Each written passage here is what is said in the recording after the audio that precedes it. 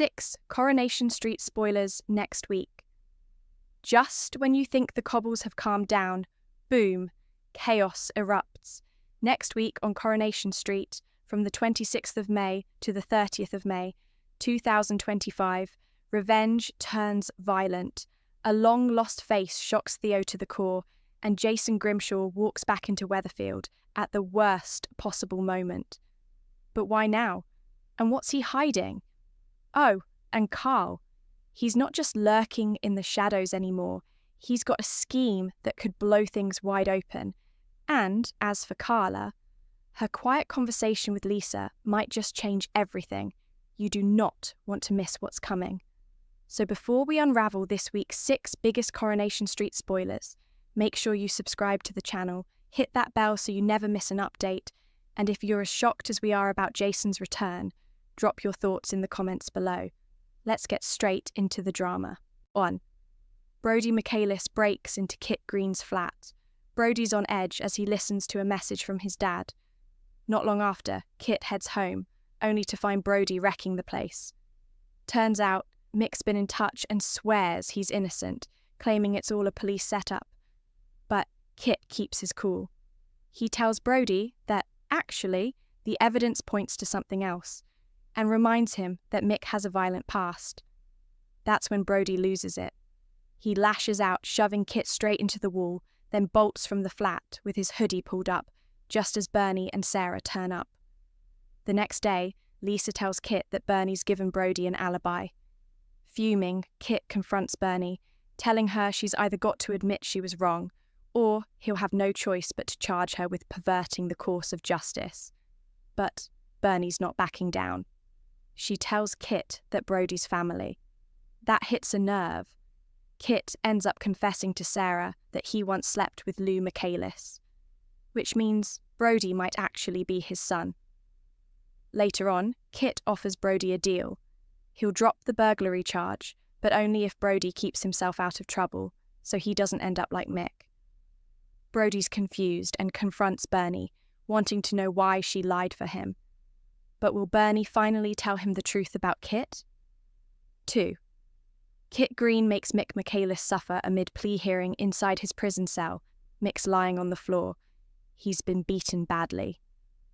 Later in the week, Kit tells Sarah that it's Mick's court hearing today, and he's pretty sure Mick will plead guilty. But things take a turn when Lou visits Mick and is horrified by the state he's in. Mick tells her straight. Kit set up the attack and warned him that if he doesn't plead guilty, the next one will be even worse. After the hearing, Lou tells Brody that Mick actually pleaded not guilty. Brody's over the moon, but Lou can't bring herself to say there's a price coming with that decision. So, the big question now is, will Kit go through with his threat and arrange another attack on Mick? Meanwhile this week, Lou gets sacked by Maria Connor, and not long after, she bumps into Maria's husband, Gary Windass. Lou tells Gary she's sorry that Mick once gave him a beating, but says she's taken a few knocks herself over the years. Gary ends up feeling sorry for her and buys her a drink. But what's Maria going to say when she finds out? 3. Jason Grimshaw returns amid shock proposal and Julie Karp murder accusations. Things are already tough enough for Eileen as she grieves, but the pressure really starts to build when she tells Brian and George that the drugs found in Julie's system were actually meant for her, not Julie. It's a painful thing to admit, but Eileen just wants to clear Julie's name. Still, when Brian makes what seems like an innocent comment, Eileen snaps. The grief, the stress, it all boils over, and she tells him he's not welcome at the funeral. It's harsh, but in that moment, she's had enough. George tries his best to be there for her, but he's walking on eggshells.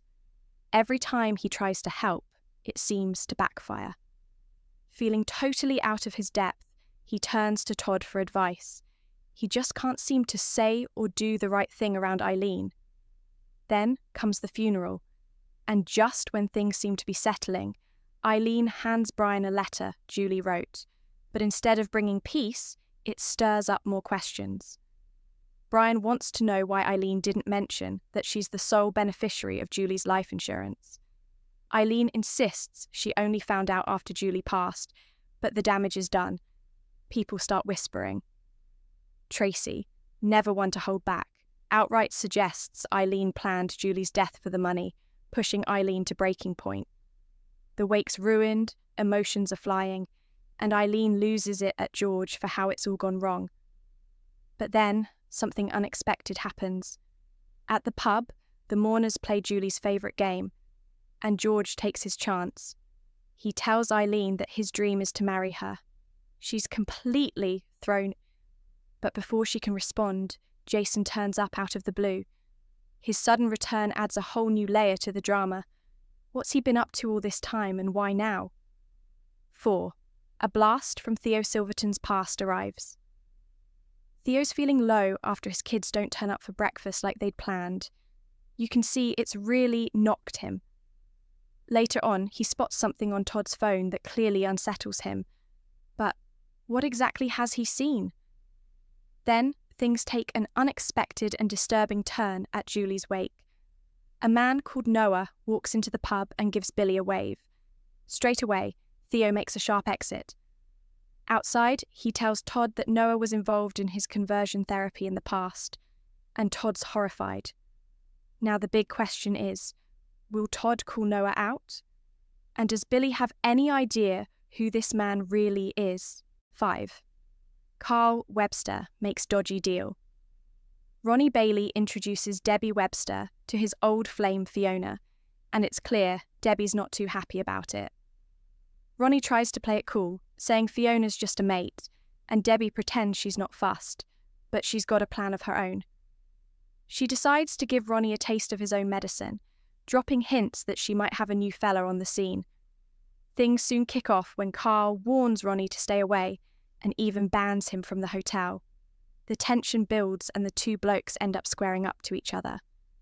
The next day, Fiona offers Ronnie a dodgy job flogging a stolen car. Ronnie gives it a go, putting on his best sales patter, but when the customer mentions his wife's just passed away, Ronnie's taken aback and backs out. He lies to Fiona, saying the buyer wasn't keen, but Carl catches wind of the situation and starts asking awkward questions. Carl doesn't waste any time. Before you know it, he's landed himself a spot at Webster's garage, and with Kevin and a fuming Abby out of the picture, Carl sees his chance. He rings Fiona and takes delivery of a shady motor. Now, the big worry is, has Carl set up a scam right under Kev's nose? 6. Carla Connor has a request for Lisa Swain. Carla's got questions after Lisa opened up about wanting to hold on to happiness, especially after everything they've both been through lately. It's been a rocky ride, and now Carla's wondering if Lisa truly meant what she said about their future together. Emotions are clearly running high, and while Lisa's words might have sounded hopeful in the moment, Carla's left trying to work out where they really stand. Is this a fresh start for them? Or is Carla picking up on something Lisa hasn't fully said out loud yet? All right, that's a lot to take in, isn't it? With Kit's ruthless moves, Jason's surprise comeback, and Carl stirring up trouble, the cobbles are anything but calm next week. And of course, the emotional moments between Carla and Lisa add a whole other layer to the drama. If you're buzzing about any of these twists or got theories on what's coming next, drop a comment below. I'd love to hear what you reckon.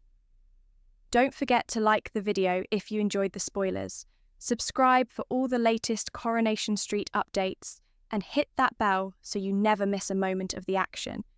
Cheers for watching, and I'll see you in the next one.